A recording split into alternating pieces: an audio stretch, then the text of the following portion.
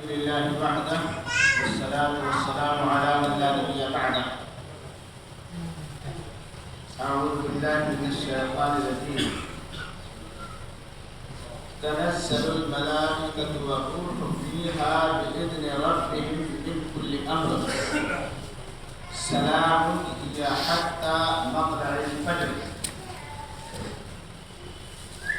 ہمیں خوشی ہے اس بات کی کہ آپ حضرات کو الحمدللہ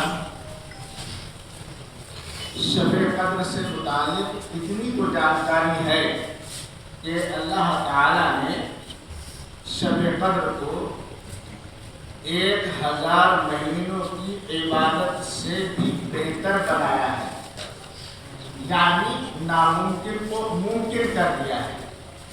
ناممکن کا مطلب یہ ہے کہ ہم میں سے کسی کے بس کی بات نہیں کہ 1000 مہینے تک مسلسل ہم اللہ کی عبادت کر سکیں، لیکن اس ناممکن کو اللہ تعالیٰ نے ممکن بھی بنا دیا۔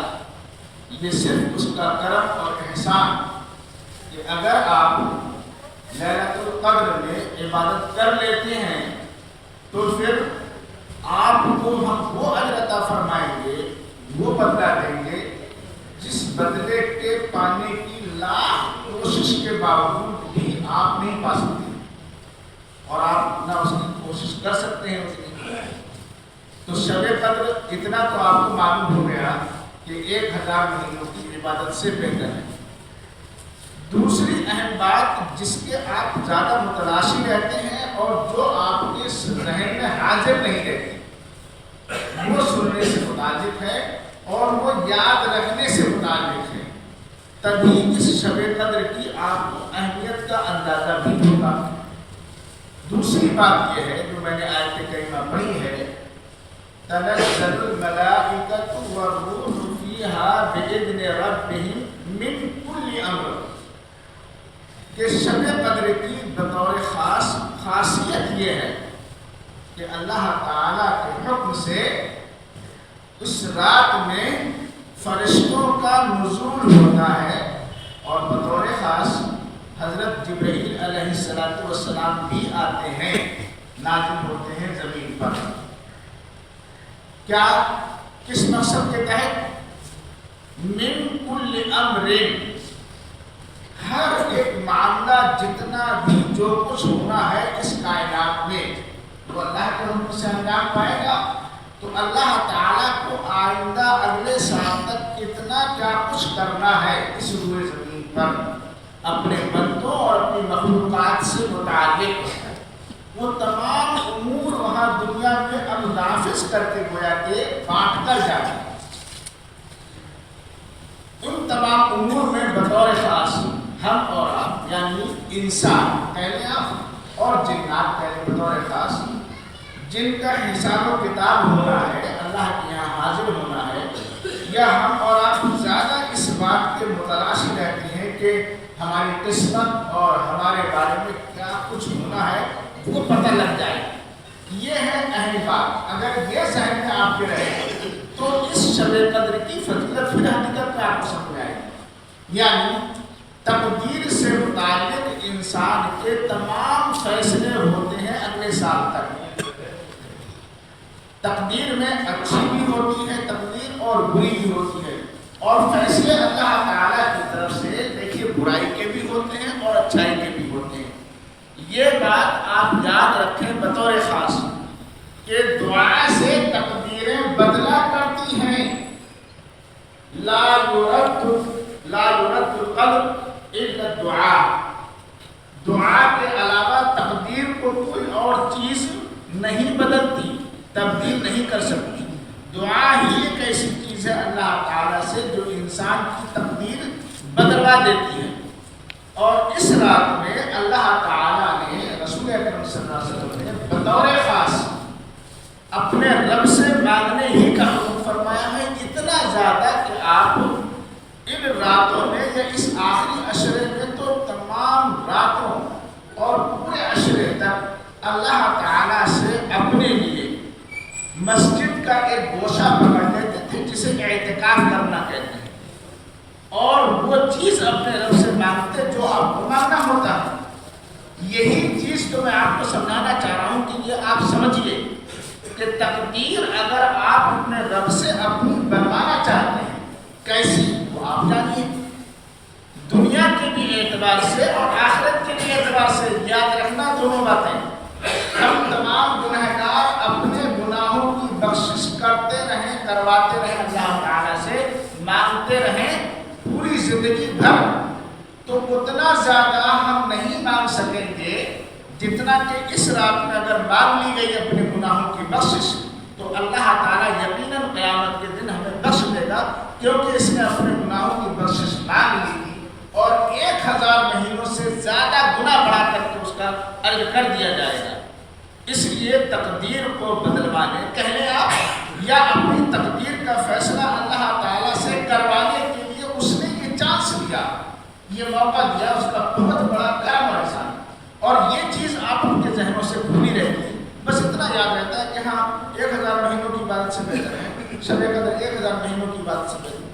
بھئی عبادت سے بہتر ہے وہ آپ سمجھیں تو ذرا کہ عبادت میں اللہ رب العالمین کی عبادت یہ نماز اور قرآن مجید کی تلاوت ہے، دعا ہے، ذکر و اذکار ہے، یہ سب چیز عبادت ہے اللہ تعالیٰ کی۔ اسی میں ایک خاص عبادت ہے دعا، بلکہ الدعاء هو العبادہ، دعا ہی تو عبادت ہے اصل، یا مخ العبادہ، دعا عبادت کا مخ ہے، مغز ہے۔ تو آپ اس رات میں یعنی جو شب قدر کی 5 راتیں ہوا کرتی ہیں، یہ ایک تو گزر گئی، دوسری شروع ہے۔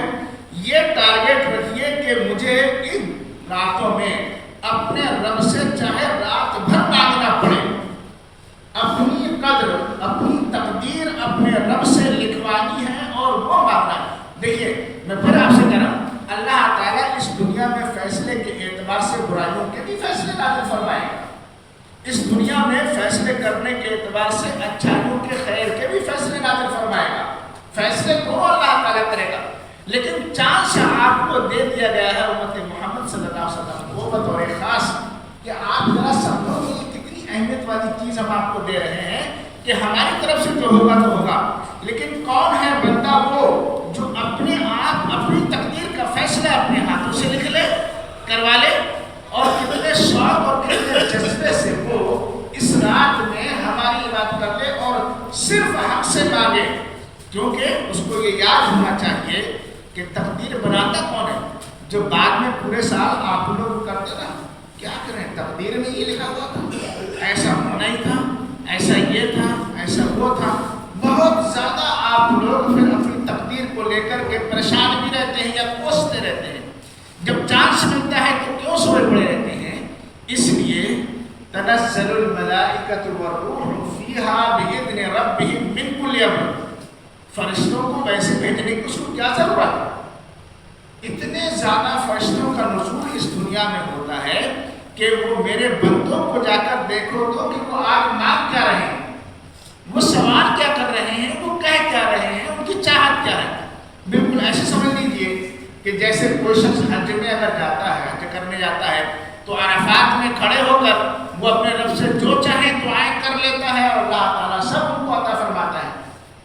وہ ان کے خلوص اور ان کی اپنے ارادے اور چاہت کے موافق ہوا کرتا ہے یا کس اعتبار سے وہ کیا کر رہے ہیں وہ جانے۔ ایسی ہی اس رات میں آپ کے دل کا خلوص، آپ کی نیت، آپ کا ارادہ اور آپ کا شوق اور اللہ رب العالمین سے مانگنے کی تمنا اور تڑپ کتنی ہے وہ بھی آپ جانیے۔ یہ ضروری نہیں ہے اس رات میں کہ نہیں ہمیں قرآن پڑھنا آئے تبھی ہم جگیں۔ کون کہہ رہا ہے آپ سے؟ آپ کو قرآن پڑھنا نہیں آ رہا ہے تب بھی دعا کے لیے جگیے۔